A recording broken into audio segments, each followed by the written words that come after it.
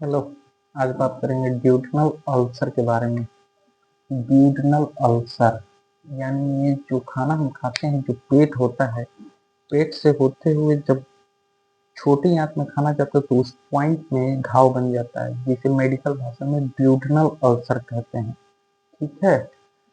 ऐसे मरीज खाना खाने से डरते हैं क्योंकि बहुत तेज दर्द होता है, खाना खाते ही दर्द शुरू हो जाता है।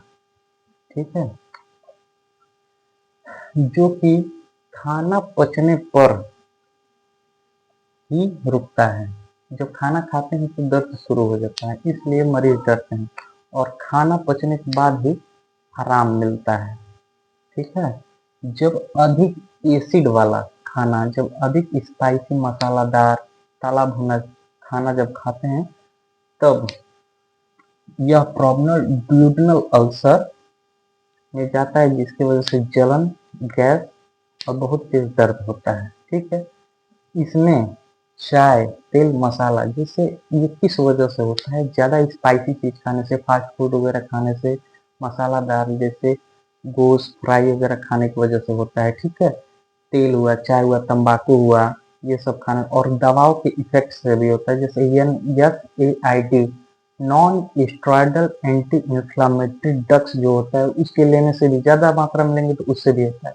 जो लेयर होता है उस पर घाव बन जाता है। एसिड होता है, जो पेट के लेयर होता है ना, उस पर घाव बन जाता है।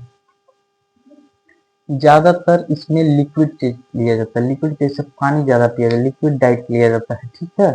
मसालादार वगैरह कड़क चीज नहीं खाया जाता। ठीक है। अगर किसी दवा से साइड इफेक्ट हो, ड्यूटेनल अल्सर अगर किसी दवाई से साइड इफेक्ट हो तो उस दवा को नहीं लेना। ज्यादातर ये NSAID ड्रग से ही होता है। ठीक है। Non steroidal anti inflammatory drugs जैसे आते हैं, डाइक्लोफेनाक हो गया, एसिक्लोफेनाक हो गया, निमेसुलाइड वगैरह हो गया, ये सब होता है। ठीक है। दवा तुरंत रोक देना चाहिए। अगर जिस दवा से आपको दिक्कत हो रही है वो दवा तुरंत रोक देनी चाहिए। ठीक है। ड्यूटेनल अल्सर में, ड्यूडेनल अल्सर से प्रभावित व्यक्ति जो मरीज होता है, उसको बैरियम लिक्विड होता है, उसको पिलाने के बाद एक्सरे किया जाता है, जिससे पता लगाया जाता है। ठीक है। अब इसमें दवा की बात करें तो ओमिप्राजोल जो गैस की दवा आते हैं वो दिया जाता है। ठीक है। उसके बाद B complex, vitamin B complex दिया जा सकता है, जिसकी वजह से आंत में घाव होता है उस पे अच्छा रोल उसका होता है। बी कॉम्प्लेक्स जिसकी वजह से मुंह में भी छाले ना पड़े, क्योंकि जब पेट में गैस होता है उसकी वजह से, पेट की गर्मी की वजह से, आपने सुना होगा, उसकी वजह से मुंह में छाले भी नहीं, जो विटामिन B12 कमी से होता है। ठीक है। इसके लिए सुक्रालफेट सिरप आता है, सुक्रालफेट सिरप आप दे सकते हैं, दे सकते हैं नहीं, देना पड़ेगा, इसलिए कि सुक्रालफेट जो होता है, सुक्रालफेट वो पेट के लेयर जो घाव होता है उसको भर देता है, उसको लेयर कर देता है। ठीक है। जिसकी वजह से बहुत ज्यादा राहत मिलती है। ठीक है।